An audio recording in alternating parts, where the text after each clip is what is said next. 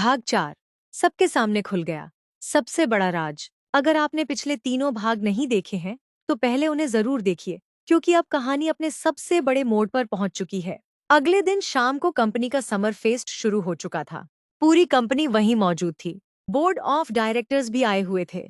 बड़े बड़े क्लाइंट भी वहीं घूम रहे थे। मैं थोड़ी दूर खड़ा होकर सब कुछ देख रहा था। मेरी पत्नी अपने बॉस के साथ लोगों से हंसकर बातें कर रही थी। दोनों ऐसे दिखा रहे थे जैसे उनकी जिंदगी में सब कुछ बिल्कुल ठीक हो। उन्हें बिल्कुल भी अंदाजा नहीं था कि कुछ ही मिनटों में उनकी पूरी दुनिया बदलने वाली है। तभी मेरे पास मेरा दोस्त आया। उसने कहा, सब तैयार है? मैंने सिर हिलाया। उसी समय उस आदमी की पत्नी भी वहां पहुंच गई। उसके हाथ में वही फाइल थी जिसमें पिछले कई महीनों के सारे सबूत मौजूद थे।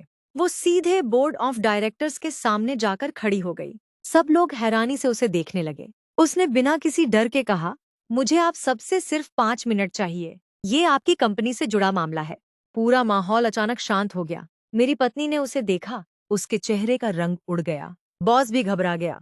वो तुरंत उसकी तरफ बढ़ा और बोला, यहाँ तमाशा मत करो। लेकिन अब बहुत देर हो चुकी थी। उसने फाइल खोल दी। एक एक करके होटल के बिल, रेस्टोरेंट की रसीदें, कंपनी के खर्चे और दोनों की चैट सामने रख दी। बोर्ड के सभी सदस्य एक दूसरे का चेहरा देखने लगे।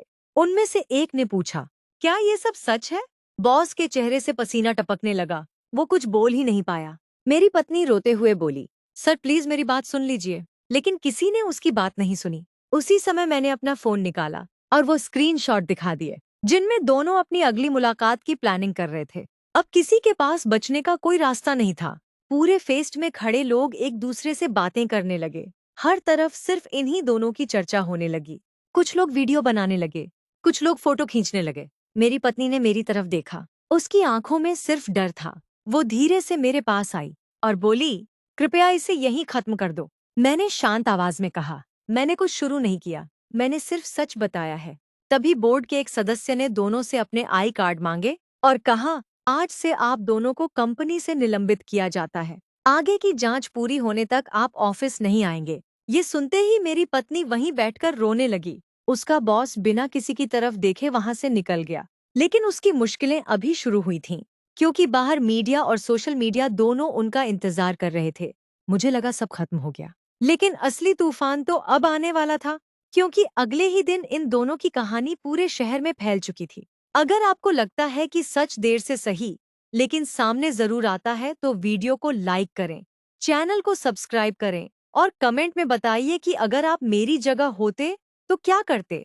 अगले भाग में हम बात करेंगे कि जब इस घटना का वीडियो सोशल मीडिया पर वायरल हुआ, तब इन दोनों की जिंदगी किस तरह पूरी तरह बिखर गई।